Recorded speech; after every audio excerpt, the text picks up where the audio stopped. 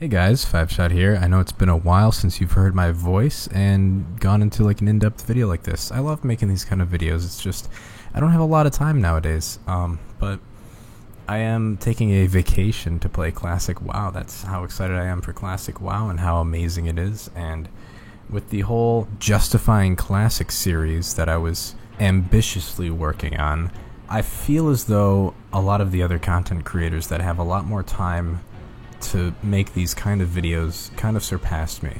I made what I had to say. My biggest gripe with the current game in current retail World of Warcraft. Now, I still enjoy current retail World of Warcraft with friends and everything like that, but my biggest gripe to this day, above everything else, is the item level gap. And recently, Blizzard has, with 8.2, made all the other content, or well, most of the other content relevant, which is excellent. The less gaps there are in item levels, the better the game is for everybody. Now, I might be inaccurate with these item levels, but it's just kind of what I remember. I'm not going to look it up, whatever, screw it. So, PvP casual, BGs. The patch before it was 360 max, now it's 385. Heroic dungeons, 360 to 385. PvP conquest, 400 to 420, which is 415 the first week. Mythic dungeons up from 385 to 415. Yada yada yada. You get the point. With the new Nazjatar world quests, they're upgradable, and you can keep upgrading as long as you keep farming and stuff. So that's everything is brought up to be relevant, except for raids.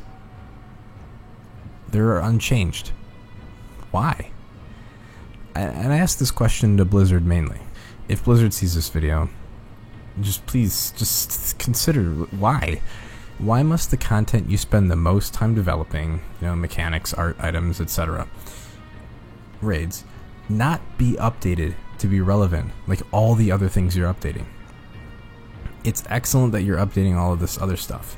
Item level gaps between patches are insane. But why continue to make the raid from the previous patch completely irrelevant? It makes no sense to me. Thinking back, like when I dinged on an alt level 70 in the Burning Crusade, I had a lot of content to be able to do, and find guilds that were doing it. Kara, Gruul, TK, SSC, Black Temple, all gave gear that was not as far apart in eye level. When you got a set from Kara or SSC, you felt cool. Even though the gear was better in Black Temple and you weren't there yet, it gave you kind of something to aspire to, but the gap wasn't as insane. It was still competitive. This all stems from every single boss having 4 difficulties. It's asinine. This is also why World of Warcraft needs, again, to have a more linear difficulty curve. You can't just have everything be trivial up until like the highest content. People want to be challenged. They're not going to keep playing a game that's just eternally easy for them. That's why there's card games like Solitaire instead of card games like I win and I won already. World of Warcraft's difficulty needs to go from this to this. And while we're at it, let's just throw in the rewards. The item level should go up like this. Either make all raids drop gear within 5 item levels of each other and keep them relevant, or make 5 to 6 raids for an expansion and have them increase in difficulty and slightly in item level. It should increase this much in difficulty, but only this much in item level. Why, you might ask? Well, you might think it's unfair, but here's a couple clips from an old video called Balancing for Skill. And this was created based off of the old Call of Duty NoobTube philosophy. While raw power is one way to balance a game, you also need to balance for the equation player skill in to power out. Now, this is going to seem strange at first, because this should very much not be a linear progression. Take a note, every time he says power out, or what the player can do with power, basically think of that as somebody's item level increasing for the amount of skill they perform in the raid. If something takes X skill to execute and has Y power, then something that takes X plus 2 skill to execute should not have Y plus 2 power. What makes this so counterintuitive to many designers is the fact that, especially in a multiplayer environment, the ratio of power to skill should be higher the lower the amount of skill required to do something, which is very different than saying that the power of something that requires low skill should be You know what, that really got complex in a hurry. Let's just go to some examples. Listen to his Call of Duty example, as it is probably the prime reason that players just starting out in Battlegrounds when hitting 120 have a really bad time, and I mean a really bad time. Take the noob tube in Call of Duty. The only way to make the game engaging for either the skilled players or for the new players is to give the new players something that grants them a lot of power for the low amount of skill required to use it. Hence, the noob tube. You'll never see veterans using it because there are far more powerful tactics available to you once you know what you're doing. But you will occasionally see new players take a veteran out with this underslung grenade launcher. So the parallel I'm drawing here is not necessarily give World of Warcraft fresh dinged 120 characters an easy way to kill anybody that's highly geared, but have the progression of item level be a little bit less exponential, a little bit less ridiculous. And the same goes for the rest of the game. Easy at first, and then just keep on challenging the person. Let's talk about what can happen when you don't balance for skill.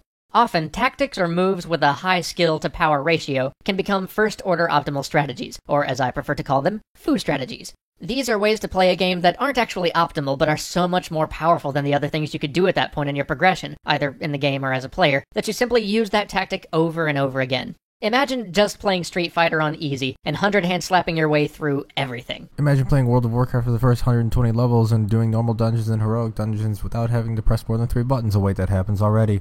It may not be the most powerful technique by a long shot, but it's all you're ever going to need. Well, while these foo strategies seem really handy to the player, they become very problematic if you don't think about them as a designer. You see, very often when designers don't balance for skill, you'll find that players tend to latch onto a foo strategy and execute it over and over until the strategy no longer works for them. And this can be perfectly okay. Great even. The player feels powerful. They feel like they've understood something fundamental about the game, and they're excited about the game in general. But the point where that strategy no longer works for them has to come early enough in the experience. Otherwise, you're not trained for anything, and everybody sucks. All too often, because they haven't thought this through thoroughly, the designer will put in a batch of other techniques and strategies that are slightly more powerful, but require a lot more skill to perform. And they'll simply expect the player to keep climbing up this power ladder because clearly Ability B is indisputably stronger than Ability A. They'll expect the player to abandon their foo strategy as soon as a more powerful option comes along. But this is, of course, a fallacy. If Ability B is 10% stronger than Ability A, but 3 times harder to execute, then Ability B is only better if you're a machine. This leads to players blithely continuing to do the easier tactic for as long as it's effective, which leads to one of 2 unfortunate results. A, the player eventually quits because the game becomes routine and they never experience any of the depth the game truly had to offer. AKA World of Warcraft, anything that isn't mythic rating. Or B, the player eventually gives up because by the time their foo strategy is no longer effective, there's a great deal of skill that the designer expected them to pick up that they never did. AKA mythic rating. Because they haven't been progressing the way the designer intended, they eventually run into a brick wall of a difficulty spike and end up dropping the game or resenting it for its perceived jump in difficulty.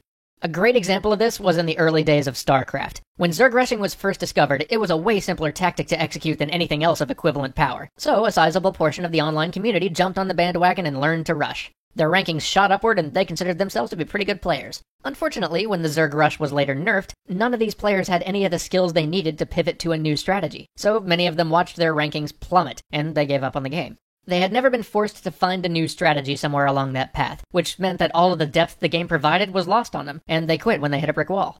Good designers find ways to reward players for deviating from that foo strategy, and present them with challenges which, while not requiring a substantially greater level of skill, does require a new tactic from the player.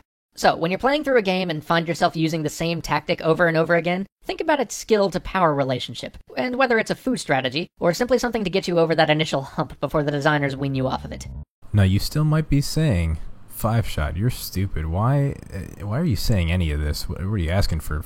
Free gear for your alts and stuff, and you can't work for anything? No, it's quite the opposite. I'm not asking for fresh 120s to get welfare gear. I'm not asking for templates again. This is coming from someone who thought being able to world quest for eye level 400s was a bad idea. I simply want it to be a reasonable and moderate climb of an advantage that gear will give. Otherwise, you alienate alts and people just starting out. And also trivialize old content like raids, which is like the most important piece of content Blizzard makes. In vanilla, I could hit level 60 and do a few dungeons and get some pieces of tier 0 and still get my ass kicked by people in tier 1. But at least I had a chance. I could make a dent in their health. I could maybe outplay them even. I could farm the blue PvP set easily and compete with people in tier 2. People in tier 1 could compete with people in tier 2. Because the eye level jump wasn't as high and only moderately rewarded the extra skill and knowledge and time that was put in to obtain that gear. But it still felt good to get that gear because it did boost you. It did give you an advantage. If I play today and do dungeons until I get every piece 385, I still can't compete at all with somebody who has conquest gear. At all. There's no chance. This also comes from dumbing down the rotation and getting rid of these abilities that you could, do expose armor on a warrior, and there was so many different layers to the game. They slowly stripped away every single piece of it, and they did a little bit right by upping the dungeon eye level and stuff, but the gap still between the dungeon normal set and the new raid is just still way too much. Hope you guys agree with me, and if you're like me, you can't wait for Classic, and that's where most of my videos will be. And I will be streaming, and I will be putting out a new Crit Happens video once I get my rogue to level 60. So look forward to that, guys, and I'll see you later.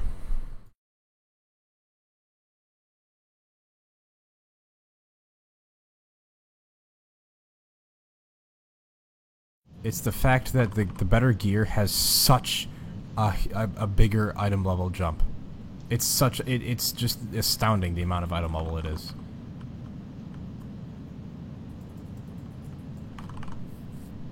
Like, what chance does my warrior have at 360, 65 or whatever it is when my 400 rogue can't keep up with anybody?